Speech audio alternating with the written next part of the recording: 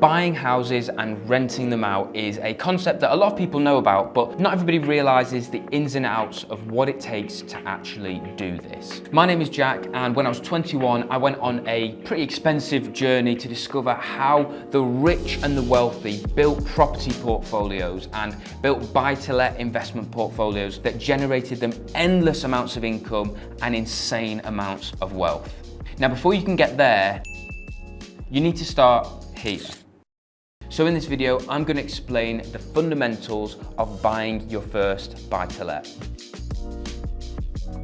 Now, buy-to-lets, what actually is a buy-to-let? A buy-to-let is an investment property where you purchase it with the intention to put a tenant in there and rent it out. Now, when I very first got started in property, it first came to me the idea when I was really young. I thought I would buy a house, buy an apartment to be specific, and I would rent it out for the same amount as the mortgage and have somebody else pay my mortgage for me. I thought this was a really cool idea. I thought I was the first person to come up with this concept until I started looking into it, reading books, watching YouTube videos, and I realized people make a lot of money doing this, and I wasn't the first one to discover this method of investing. But that is the ultimate concept. The concept of buying property, putting somebody else in there that pays you every month, that hopefully covers all the costs of you owning the property, including your mortgage, your building insurance, all that stuff, and then leaves you with profit at the end of every single month. So how is it that you actually should go about buying an investment property? I've broken it down into a few different steps, and I'm going to fire through them right now. The first step is that you need to find a house that stacks. Now, what I mean by stacks is that you're not buying a property where if you buy it, your mortgage payments are going to be way more expensive than your rental income, meaning that you are losing money every month. Your investments that you make, you want them to at least cover the costs of owning the property. This is calculated through a formula called return on investment, and it's the basic and fundamental formula that you want to be working off when you want to find out whether a deal stacks or not. You want to work out what your return on investment is. What your return on investment tells you is how long will it take for you to get the money that you've put into a deal back out. So the way that it's calculated is your annual profit divided by the total capital that you have invested out of your own pocket. So as just an example, let's just say I bought a house and the house was £100,000. Now, what I want to do is I want to work out what my expenses are and minus those from what I'm making from the rental income. So we've got a £100,000 house. Typically, a buy-to-let purchase is 75% loan to value, which means that I will get 75% of the 100,000 given to me from the bank. So I can then times that by 0.75, the bank will give me £75,000. Let's say on average, currently you're looking at 4.5% interest on the loan that you've got. So we know that we are going to be paying £3,375 per year on this property, just on the mortgage interest payments alone. Now, just to keep the numbers simple, what I'd then do is I'd divide that by 12 months in the year, and we've got £281.25 every single month. That is our monthly outgoings for this property in terms of mortgage payments. Now, let's say I bought this £100,000 house and I'm able to rent it out for £650 per month. So if I do £650 per month, then I minus the mortgage costs that is costing me every month to own the property, which was, what was it, 281.25, I think it was to be exact. I've got £368 profit every month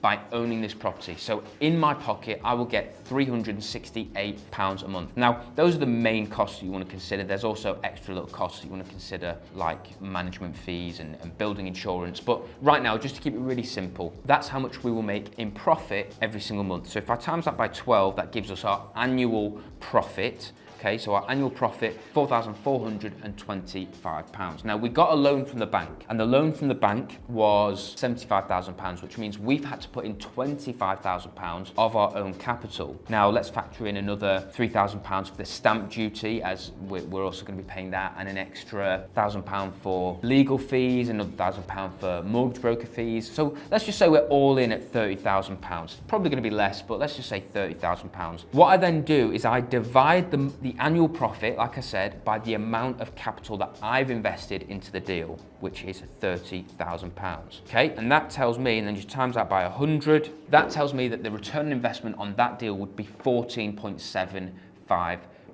So every single year, I'm getting 14.75% back that I invested into that deal. So let's say that you are happy with your 14.75% return on investment. That means that the next step for you is to go and buy the house. Like I said, you can get a 75% loan to value mortgage on the property, meaning that you need to front 25%. So that is going to be £25,000 up front. You then need to factor in your stamp duty, your legal costs, your broker fees, and any other costs associated with the purchase of that property. Those are really the main ones that you'll be spending money on. Now you go through the process, you instruct your solicitor helps you go through the process of actually buying the property, you go through the legals, they'll be able to help you with that. Any decent solicitor will help you be able to go through that process. So you own the property, you've picked up the keys. The next step is that you need to find a tenant. So like I said, from the point of buying this property, you're paying £281 per month. So that's coming out of your bank every single month. So you want to get somebody in there paying you rent to cover those costs as quickly as possible. So you need to go out and find a tenant. Now you can what's called screen these tenants yourself. It's kind of going through the vetting process of making sure that you find somebody, say it's a family or friend that you want to rent the property out to. You could advertise on Facebook Marketplace, you could advertise on something like spareroom.co.uk, Open Rent, things like that. Or you could go to a lettings agent and pay them, and they will go and they will find the tenant for you. They will vet them, they'll make sure that all the contracts are in place. And a lot of the time, if somebody's just getting started, I would recommend that, just because you've got a professional doing it, dealing with it, and making sure that everything is compliant and in line with regulation. When you've got the tenant in place, you've got to agree with them on an AST contract. This is an assured short hold tenancy agreement. It's the most commonly used tenancy agreement with a standard house like this, a residential let, where you've got maybe a family or a couple or an individual that is just going to be renting a property from you. In this example, £650 a month, 12-month contract, job done. That is usually done on an AST contract. There's also a few compliance things that you need to be aware of when it comes to actually renting the property or making sure that the property is in a rentable condition. For example, you need to make sure that it has a good EPC rating. Currently, at the time of filming, your EPC rating in order to rent a property out needs to be rated an E. Now, in 2025, we are expecting for that to increase to a C, which means that your energy performance needs to be as good as possible. And if you're buying buy-to-lets now, where we're getting to the middle of 2023, realistically, you may as well be putting that money into making sure that that property has a good EPC rating now. You also need to get a gas safety check done and make sure that your electricals are all installed properly. Then you also need to get smoke alarms and carbon monoxide alarms installed into the property and make sure that they are working properly. And the other thing that I would always recommend, that I say is absolutely essential, is make sure that you've got building insurance on the property. Now, the tenant will insure content, what is in their house is on them, but ultimately if the building gets burnt down, you need to make sure that you are insured for the building insurance. It's just a way of, again, mitigating risk. So you've got the tenant agreed, you've signed the AST contract, you need to take a tenant deposit. Okay, so this is just in case the tenant decides to smash a window and not replace it, or they decide to rip up the carpets or trash your kitchen or whatever. If they are unreasonable and it's not just, fair and reasonable wear and tear over time, if they actually go and just trash the place, make sure that you get a tenant deposit. You need to do that through a deposit scheme. There's quite a few out there, so just search tenant deposit schemes and decide which one you want to go for, but that needs to be done through them. Now, there might also be a few other bits that you need to be aware of